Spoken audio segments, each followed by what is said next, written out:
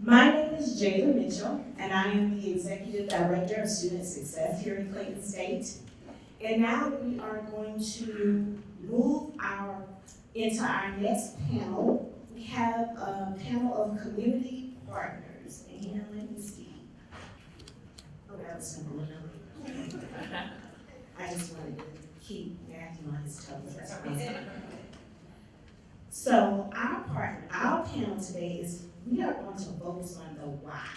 I think it's so important that we understand, why supporting the success of students is vital to improving not only social mobility, but economic outcomes. Clayton State University, we partner with various college access organizations in our mission of social mobility to better the lives of our students. We believe our work in tandem with these organizations create social capital platforms that promote opportunities and present resources that enrich the lives of students. So I think this is so apropos for what Dr. Sharania just talked about. And so we're gonna just kind of go into some more a broader discussion, but we're gonna kind of zoom in on the lens of what we're really doing here at Clayton State in this type of work. And so I have three wonderful panelists today. Their pictures are up behind me, but I'm going to also just let them each introduce themselves when I call upon them. I'm going to start over here to my left with Sam Alenikoff. He is the founder and executive director of College AIM. He will be the first to kind of tell you a little bit about himself and his organization. And then we will go to Dr. Cheryl Watson Harris. She is the president and executive director of Achieve Atlanta. And then I will end it with Frank in introducing himself and going a little bit more to who he is and about his organization. Frank Brown is the Chief Executive Officer of Communities in Schools of Atlanta. So, like I said, we can go into your bios and everything, but just tell us a little bit about yourself, your organization, from your perspective, what you want this audience to know. Thanks, Jada, and good morning, everybody. My name is Sam Alenikoff. As Jada shared, I'm the Executive Director at College AIM. I'm also a former teacher. I was a high school teacher for 7 years in DeKalb County, and that's where we launched the organization. And College AIM continues to serve schools and students across DeKalb County. At this point, we currently serve about 5,000 high school students and alumni from DeKalb County School District, and we serve students from 9th grade through post-secondary completion. That work really happens in two primary programs. We have our Access program and our Success program.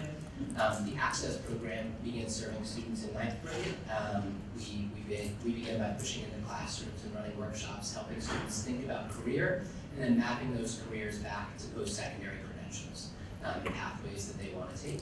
And then we begin providing individual advising for students late in 11th grade and through 12th grade, help them really take that path that they've identified for themselves. We then move students into the Success program as they matriculate on to post-secondary education. And we match them with a one-to-one coach from our team who supports them intensively through the first year of post-secondary education, and then continues supporting them all the way with a bit lighter touch through the completion of a credential. I should share for the purpose of today that the newest wave of our work is really on the career front. So we recognize that our students, as we heard in the keynote, often may need additional support, both in developing the knowledge and skill sets, and then also in developing that social capital that's necessary to really leverage and maximize the potential behind their credentials.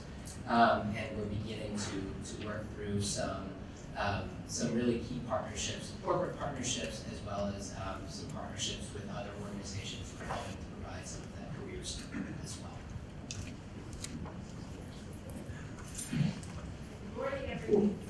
Good morning, everyone.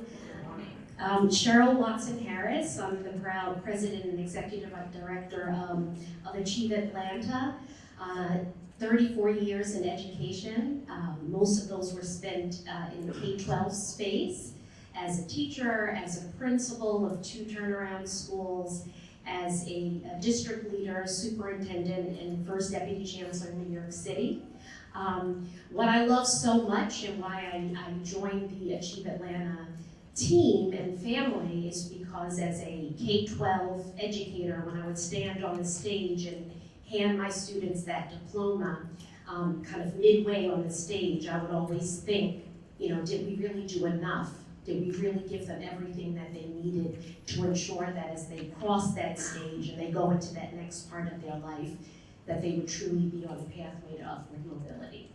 And so our organization, Achieve Atlanta, is, we have a bold vision that Atlanta will be a city where race and income no longer predict post-secondary success and upward mobility. That is our charge. We are in every Atlanta public school, high school. We are the largest needs-based scholarship in Georgia. Right now we have 66 beautiful scholars here on the campus of Clayton University. And you already heard from one of our alumni, Marlena, who did an excellent job representing the Achieve Atlanta brand, and we are so super proud of her. But much like College AIM, we meet our students in the high school years, specifically the 11th grade. We try to stand in the gap of the counselor-student ratio at Atlanta Public Schools, and we see our students through the FAFSA, the college application, making sure that they pick that right school that's going to allow them to be successful. And then we're more than just the scholarship that we provide. We provide a generous scholarship, $5,000 in combination with the Pell Grant for many of our students. And then we lock arms with them and the partner institutions to really see them through those 4 years, sometimes 6. We're doubling down on our career exposure, but as our keynote said, not as a separate program, but really how we're integrating that through their high school experience as well as their college experience. And I look forward to telling you more about the work that we're doing, and just so grateful to be here and so grateful to President Lewis for his bold commitment to social mobility. Good morning, everyone. How are you today? Good morning. My name is Frank Brown, and I'm the proud CEO of Communities and Schools of Atlanta. And if you all don't know, we are part of the nation's largest dropout prevention program in the country. But we started right here in Atlanta in 1972. Today, CIS reaches about 50,000 kids in our K-12 programming every day in 73 schools. 24 of them are here in Clayton County. And we have about 8 to 10 of our alumni on campus at Clayton State University too, so we're very partnership.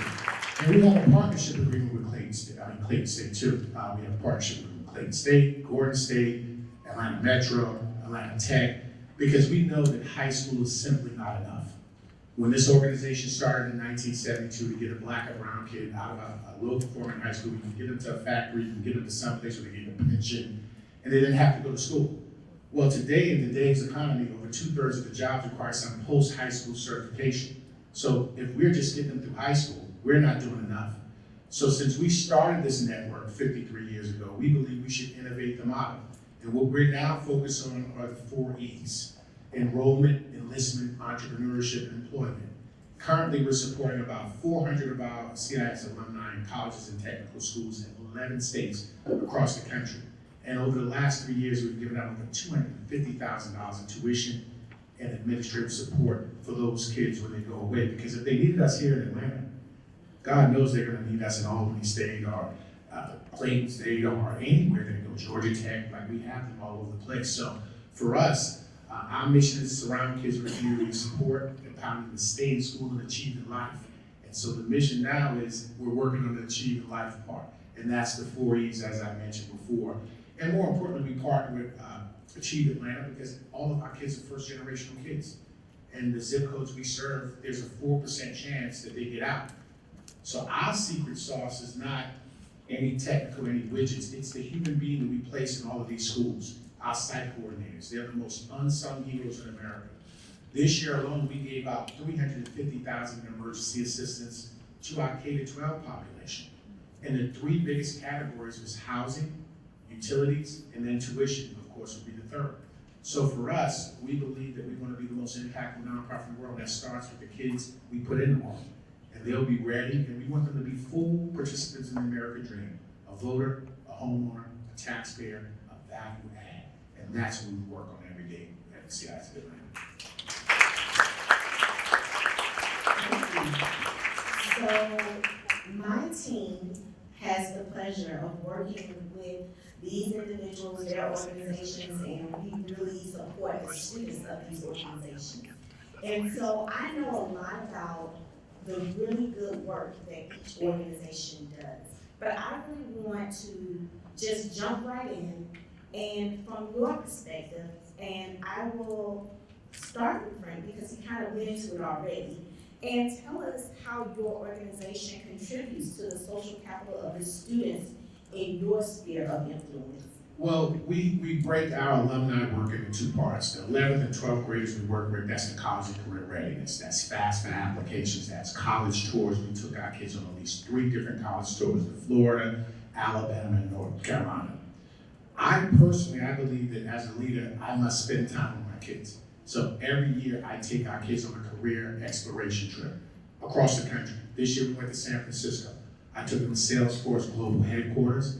I took them to the San Francisco MoMA. I took them to Skydio, which is one of the biggest drone makers in the country's headquarters. We also took them to the Warriors game and fine restaurants and put them in the best hotel in San Francisco.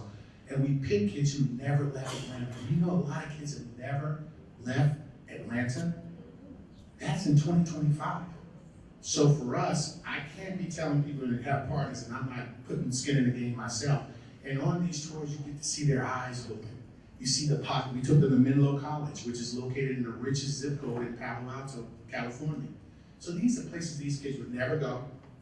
They never been to an NBA game. We took them to the Warriors game. They got to see Steph go up some threes. It was just perfect, but we do this to make sure it's balanced with arts, education, and career. And now I got kids saying, I can move to San Francisco. They saw the Waymo cars. They saw us, we took them on a tour of the Golden Gate Bridge. And these are things, that exposure is everything. Because just because you're from a zip code doesn't mean you can't get out. And once you've been exposed, that you don't have an excuse now. So for us, it's about taking them. Next year, we're probably going to Africa because we've done New York, DC, okay, I've done America. Let's take them and see another situation, get them passports. And that's to be probably be full participants in the American dream, more exposure and support when they get to the critical phase of that college and career choice. Thank you. Thank you. I have a passport, I can go with you too. Dr. Watson Harris, I know at Jada you call your student scholars. So how does Achieve Atlanta contribute to the social capital of your scholars? Thank you. I was just going to invite myself to that trip as well, since we're talking about collaboration and partnership. But I did just want to first acknowledge my team. We roll as a posse, so we have a lot of Achieve Atlanta teammates right there. And just wanted to also share that, you know, we have provided over $65 million in scholarships over the last 10 years. For us, when Achieve Atlanta was founded, it was really important for us that we focused on the main thing. And we realized that there were many partners in our field already that had perfected their programs. And so we are not a direct service organization. We partner with other organizations to provide that direct service and exposure to our scholars. So through other organizations that we pay, we send them on the college tours and the trips. We support their study abroad experiences. So you won't hear us speak that much about those types of activities for our scholars because we're paying other people to do what they do best. But what we have focused on in terms of helping our scholars build that social capital and really have a keen focus on upward mobility is ensuring that they learn the soft skills, ensuring that they know that they are, as the panel said earlier, the brilliant students, that they have their own agency to build that social capital for themselves. But this year, we've launched some new partnerships to ensure that our scholars also have those additional experiences. So we've partnered with Braven X, that is the online version of Braven. And something that we realized in terms of a barrier to that is that some of our students weren't participating in Braven because they had to work instead, and that it was a credit-bearing course in some places, but not in others. And so we increased the stipend. We paid them $1,000 to complete the course. That addressed the financial need, but also allowed them to build that awareness and social capital through their participation in Braven X. I could go on and on and on about the internship experiences and the partnerships that we've developed to ensure our students have access to those internships. But we'll call out the LinkedIn group that we started for our scholars, because we believe that we don't have to provide all of the training and opportunities for them to build social capital. They can start to do that with one another. And we've just been amazed, just in a few short months, we have over 600 of our alumni students and soon-to-be alumni students that have joined the LinkedIn network. So really just making sure that we're providing opportunities, but most importantly, we're teaching them to fish for themselves and develop that social capital on their own. Thank you. Sam? So at College Aim, we really think about building social capital, I think, in three primary ways. The first is that we support our students to and through college, and inherently we understand that as they matriculate to college, as they persist, they are building a social network on campus. They're building that social capital on campus. And we think that that piece of exposure is really critical. The second piece, and I didn't have the language before the keynote, but I appreciate the keynote for this. We think of it, we really think about the close ties and the weak ties as well, and we haven't termed it that way. The close tie for us is really our coach. So each of our students has a success coach with whom they are paired. And that coach has a curriculum for the first year for a set of meetings that weaves in ways that they learn to network and learn to build relationships on college campuses. Yes, it helps with the academic preparation, academic success on campus, but it also helps with the social success and what that looks like for each individual student. And then we also think about the weak ties that we can develop. So we think of the partnerships really as the ways that we're able to develop weak ties for our students. One of our primary partnerships is with an organization called Career Spring. If y'all don't know Career Spring, please look them up. They're fantastic. Career Spring has an online platform and then also a network of thousands of advisors and mentors that our students now have access to in their desired professional fields. They're able to set up informational interviews for themselves. They're able to get the advice that they need to begin pursuing their careers from the beginning of their post-secondary journey. And then we also have partnerships with a number of corporations. I know Georgia Power is sponsoring today. Georgia Power just hosted a career summit for us a couple weeks ago, where we were able to introduce our students to folks at Georgia Power and begin developing more of those weak ties that will prove so beneficial for them down the road. We have those types of relationships with other Atlanta area corporations. Synovus Bank is a key one. We have some students up at Synovus actually headquarters today, or I should say their Atlanta headquarters today. We're opening up accounts, but also meeting with bankers to get kind of an entry into that industry as well. And we also have partnerships with Inspire Brands, State Farm, the list goes on. Really being able to introduce them to our partners and expand their network through those weak ties is a really critical piece of building social capital for our students as well.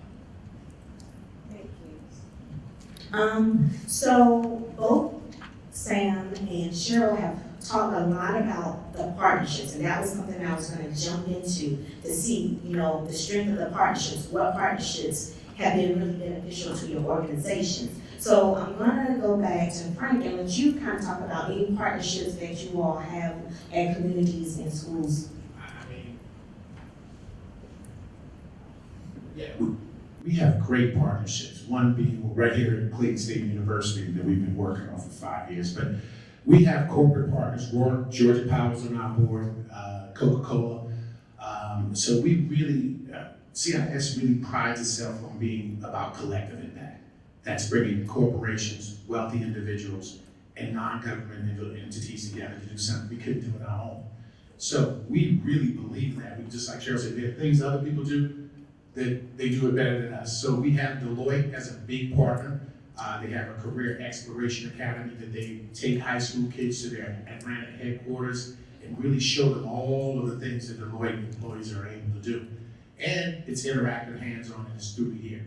We also are now starting up one with BlackRock, which is one of the biggest fund advisors in the world. They have trillions of dollars in access, and they're going to give us career exploration opportunities for our children too. We have Clark Construction that is about to take 2 of our kids to Ireland. Every year they pick a select group of kids to take them to different parts of their international operations. So partnerships are critical. Our partnerships with our 6 school districts. Very few people have a broad-based view of the educational landscape like we do. We're in Clayton County, DeKalb County, Fulton County, APS, Griffin Spalding, and City Schools of Decatur. And so very few people get to see the broad-based implications of inequalities going across the Atlanta metro area. And if you all know, Atlanta is the income inequality capital of the country. Income inequality is worse here, not Tupelo, Mississippi, not the plains of Kansas. Median families in APS make on average $23,000, and their white colleagues is about $167,000. This is in 25. These are not 1950 numbers. So for us, partnerships are critical. Whether it's Mackenzie Scott, who gave us $4 million, whether it's Steve Palmer, who just gave the CIS network $165 million to expand to 1,000 new Title I schools. These partnerships are critical because you can't do it alone. So we wouldn't be who we are without great corporate and non-governmental partnerships. So I think I would be a little remiss if I didn't ask you all about your partnership with Clayton State. You know, you're here with us, we've invited you to this wonderful event, and you're serving on this panel. What are some key benefits that you've seen in your partnership with Clayton State University? And Dr. Lewis, this is for you. We actually just rented out this room and had our annual Ignite event where Dr. Lewis was here, where we inducted 150 new seniors into our alumni program. So from a perspective of training, we use Clayton State a lot for our annual pre-service training where we bring our staff back before we go to school. Collaboration, the collaboration I have with Dr. Lewis is unbelievable. Attending each other's events, he's a critical partner when I talk about what we're trying to do with these 4 E's. So for us, Clayton State is indispensable because it's a natural landing spot for a lot of our kids from Clayton County. Clayton County has on average $25,000 to $28,000 incomes too. So for us, a state school that's great public education at an affordable rate where they can use their Pell, their Zell Miller scholarships, or whatever they got here, that's a win for us because Clayton State is a great school and they get a great education at a great price and their social net. Look at the diversity in this room. It's not monolithic who they're dealing with. This is an international learning environment. So for us, Clayton State is an essential partner in what we're trying. Hopefully, our goal is in the next couple of years, and I know he wants to hear this, he can help me pay for a site coordinator who will be here on campus, who will triage all the CIS alumni that I'm purposely sending to Clayton State over the next 5 years. So that's what we ultimately want to do. I know it's not about competition, but collaboration, but we pay for our own site person. Joking. But I did give you a shout out, Dr. Lewis. I think you were out of the room. Just a tremendous partner. Not only Dr. Lewis, but the whole kind of cascading leadership at Clayton State. And something that's super important to us at Achieve Atlanta is that we don't parallel play with our partners. We want to be truly integrated. We want to ensure that we know what his strategic plan goals are and to ensure that ours mirror that. so that we're all kind of working towards the same goal, the same North Star. So we love that. We also share the same colors, orange and blue, which helps with our branding. But specifically, we love grappling with real problems together. From day one, Clayton State has helped us align on the strategies to boost persistence, and we take that very seriously. They're so generous with their time to meet with our team. Our college success team is here and was just here, I think, last week or the week before, where we go through each and every student to ensure that between the two of us, between the Clayton State staff and the Achieve Atlanta team, that we're going to ensure that 100% of those students get across that finish line. So it's not just lip service, it's making sure that we're putting in that sweat equity together to achieve our overarching goals. So we're thrilled about the partnership. I don't know when he gets the time, but like at your events, every event we have, if we reach out to Clayton State, they are there front and center. In addition to the community series we did with TNTP on a very similar topic. The Clayton State team was the first team that showed up and participated in all of the sessions. So we believe that this is not a vendor school partnership, relationship. It's truly an integrated partnership for collective success. I think that last line is just perfect. An integrated partnership is really how we think of it as well. So I shared earlier that College Aim really works in two main buckets, our Access program and our Success program. And the partnership that we share with Clayton State impacts really both sides of the work in deep, meaningful ways. On the Access side, our partnership with Clayton State and with the admissions team and the recruiting team ensures that the students from College Aim, from our organization, from DeKalb County in many ways more broadly, who would be a great fit for Clayton State can end up in Clayton State. And that's key, making sure that we know these students in high school, making sure that we're thinking very closely about match and fit together and understanding what makes a student a really good fit for this campus and for this community, and ensuring that those students land here. The second side of the work is the success side of the work, so ensuring that students are successful once they're on campus.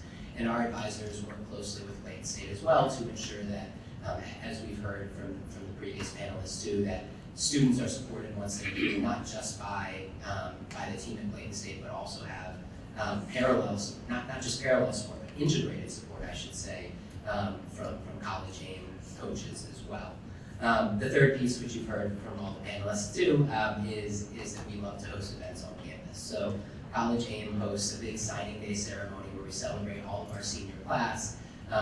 This year we were fortunate, and 3 of the last 4 years actually, we've been fortunate to host our largest event of the year, that signing day here on campus. The first 2 years it was in this room because our organization was smaller. This year we grew out of the room and we were actually over in the gym where we had about 1,000 folks in attendance. I want to say it was 1,600 students and then a number of guests. And Dr. Draper, you've heard from earlier, welcomed us there. We're so grateful to not only have the partnership that supports the individual students, but the partnership that really supports the fabric of the organization more broadly. It's just been wonderful over the past several years, and we look forward to continuing to grow it. Thank you. So I want to kind of pivot and talk more, let's jump back into the social mobility discussion specifically. And I want to know, in what ways have you seen the impact of upward social mobility on the communities that you serve? I'm going to let you go, Sam. I think this is probably the most rewarding, most wonderful part of the work that I get to do, is seeing the long-term impacts of the work. And that's really where we see the upward social mobility for our students. I think about our organization now. We launched in 2013, so we're about 12 years old now, which means we've seen students come through, persist, graduate, enter the career fields of their dreams, and then come back to College Aim, actually. So when I think about upward social mobility, I think about those students who were once in my math classroom and were part of College Aim as students and are now on our staff. So we've We've brought on 6 of our alums as staff members at this point. And then I think my boss is on our board of directors. We have 2 alums on our board of directors, one of whom is our current president of the board of directors, who's a college AIM alum. So not just in staff roles, but truly in leadership roles. We also have 5 alums on our advisory board. So thinking about social mobility for us is those full circle moments where students are able to come back and be able to continue to kind of fuel the organization. I think of one story in particular. Our first student is a young woman named Jody. Jody graduated from Towers High School as a college AIM student back in 2014. She went on to Spelman, where she graduated with a degree in biology. And then she came back and she was the first paid employee of the college AIM team. So Jody was the first person we hired. She spent a couple years coaching students herself and then decided to go back to get her MSN from Emory, where she graduated in the early 2020s, and then went to New York, where she's been working as a nurse for the past several years. The key piece to this social mobility story isn't just Jody getting to that point where she was able to realize her dreams, but it's that Jody has 4 younger siblings, and all 4 of those younger siblings have now also graduated from high school, enrolled in college, and 2 of them have actually graduated from college now. So what Jody did,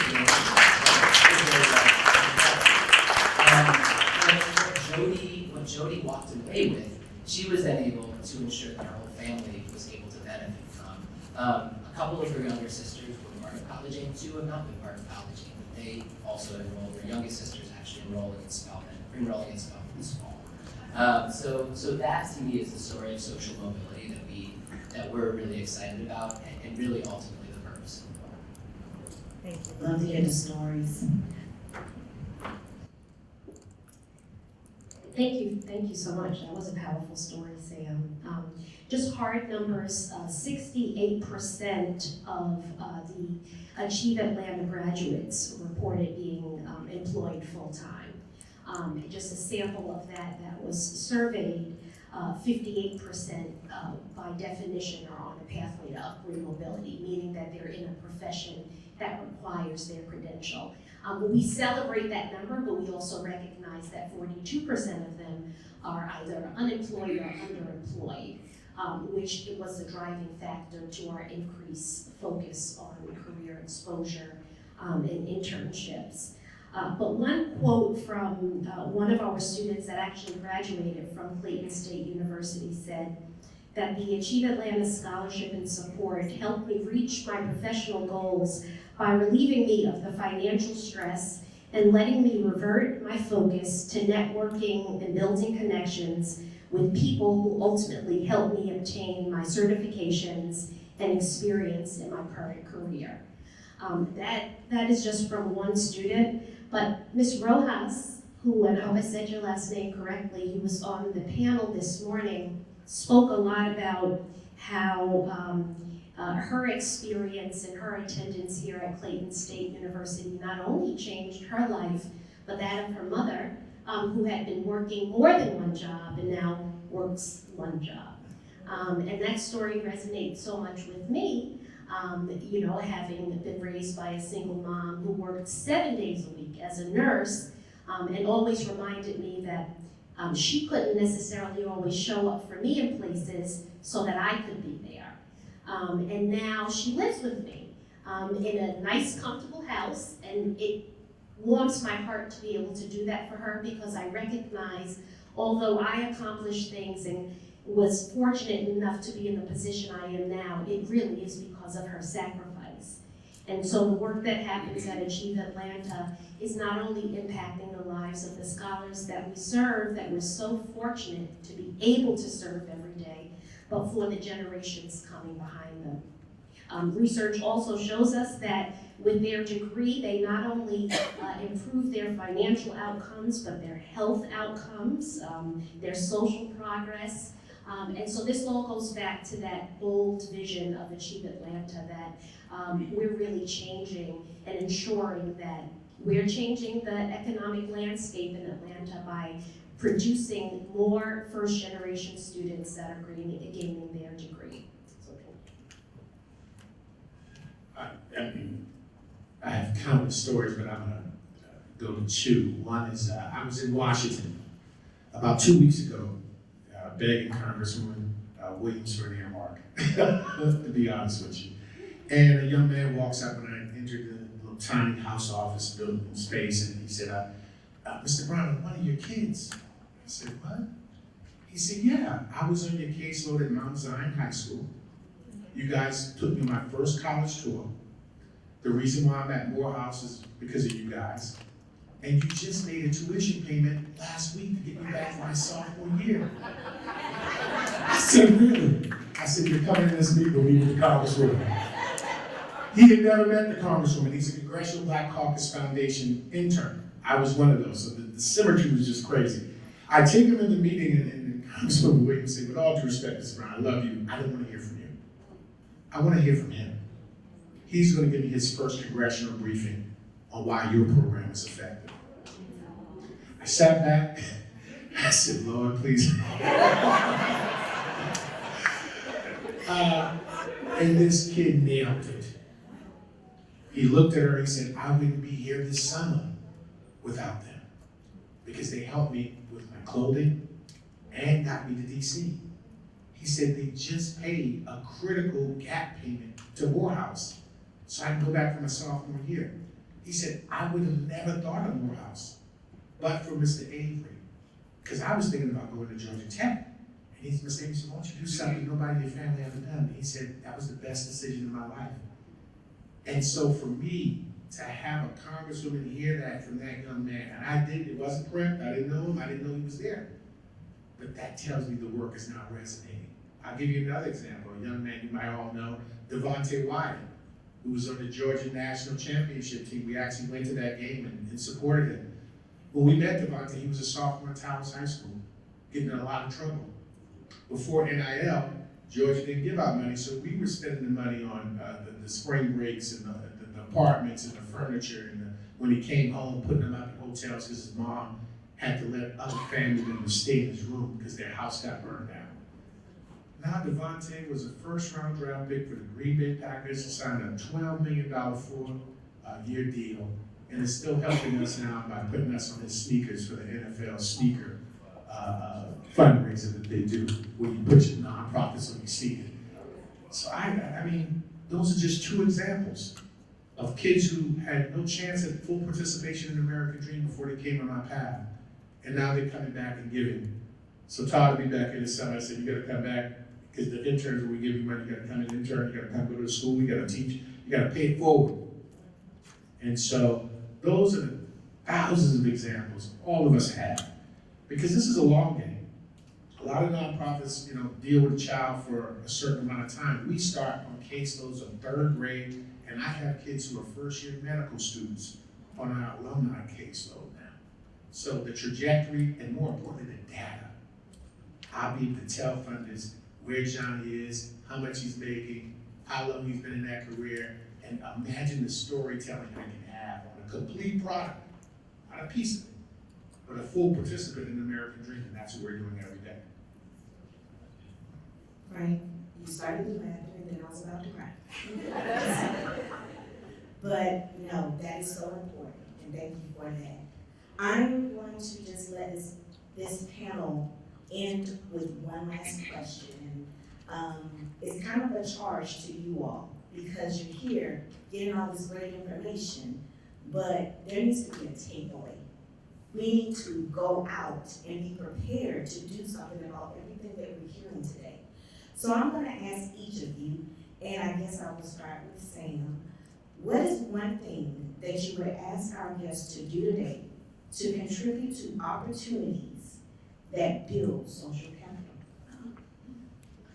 I know there are folks from a lot of different backgrounds and careers and different groups in this room today, and I think one commonality here is that each of us does have a social network that we can contribute, or we each do have social capital that we can contribute to the students or the young people in the organizations across the stage. So I heard a statistic recently, I don't know where it came from, so I can't validate that it is true, but I Googled it, it seems to be true. That there are many experts that say that 80% of jobs at this point are filled through professional network connections. Correct. From personal experience, it feels true. And so what my charge to this group is, please do not gatekeep your social capital and your professional networks. Open those up to our students, open them up to the young people on this campus, because those are the ways that our students are able to realize the full value, the full potential of the credentials that they're earning on campus. That's my one takeaway. I would say that sometimes we think we have to develop these huge informal programs and don't always appreciate the power and the impact a lunch or spending 3 or 4 hours or just making sure that a young person who looks like you or who doesn't, how much of an impact just reaching out to them and spending time with them can have. So I would say, we can build out the formal programs and all the work that all of us are on the panel are doing, but just commit to taking one young person out to lunch and making sure that you're looking in their eyes and that you're letting them know that they're special and that you can be a part of helping them build that social capital. I'll just take one other takeaway is to remember that there's more power when we work together, that we may not have it all together, but together we can have it all. And so just continue to create spaces like this where we can collaborate and have that collective impact. Yeah, they hit all the notes, and then I would just add partnerships matter. Understanding what you're good at, mastering that lane, but understanding when you're trying to mission creep, and a partner might already be doing it better than you, and it might be more efficient and more effective to just partner with them. So I think making sure you have a collective impact mindset about this work. I was at Harvard, and we were at the strategic perspective of nonprofit management, and they called it they said that big ideas, it takes a while. It's trial and error. It's inputs, outtakes. But at the end of the day, together, like Cheryl says, you guys can accomplish way more than you can in your own individual lane. I think that's one thing. And two, I'm an alpha, and it's all about go to high school, go to college. This is our mentality, and I think that brotherhood showed me the importance of mentorship, of having that brother you can call. When you get to that job interview, there's a brother there who's saying, I want you. And we've been doing this since 1906, but I've grown up, and I went to HBCU too. I went to Johnson C. Smith University. That's another social network of teaching you how to take little and make a lot with it. So I would say, you don't have to be a PhD to do this. You just gotta care. And you gotta be able to really be sincere, because kids can pick up when you're phony. They can pick it up that you're doing it for a turnkey moment or a picture or some type of corporate, responsibility requirement. Just be yourself, and always see that you were that once that kid. And I think that's what I always try to do with the kids I work with. They're not perfect, just like I am not, but I try to see where they will be and help them get there. So you can do a lot with just your own little individual goal. Thank you, thank you, thank you.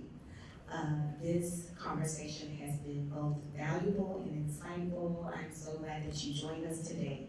I am not going to hold us up because we're kind of spending to lunch. But my colleague, Ms. Geraldine Keys, is going to come up and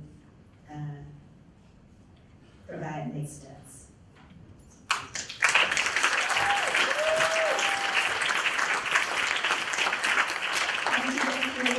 Give Jada and our illustrious panel a round of applause. Again, my name is Clayton Keith. I'm one of the members of the planning committee, and I'm also a member of faculty here at Clayton State. I am given the charge to stand between you and lunch, so I am going to be super quick. We're just going to give you some instructions for what the afternoon will look like, which will be a lot more interactive. So lunch will be from 12 to 1. It will be in the same place that you got your breakfast. You will be dismissed by table. Dr. Nanya, you're going to take care of dismissing by table so we don't have a long line. After lunch, you're going to have 5 sessions. You choose which session you want to attend. They will either be in here in the ballroom, down the hall in the Laker Lounge, or upstairs. I suggest that you select 2 in case one is full, and you get the first 2 options that you choose. After our educational sessions, we will have an opportunity to meet with our community partners that are out in our community resource fair that are already set up, and that will also include a snack break. After that, from 2 to 2:45, again, will be our community fair in the hallway, and then we will come back to the main ballroom to close out our session for our final collective forum. So that's all I have, so I will bring Dr. Don up, or whoever's going to introduce folks for lunch, dismiss them for lunch.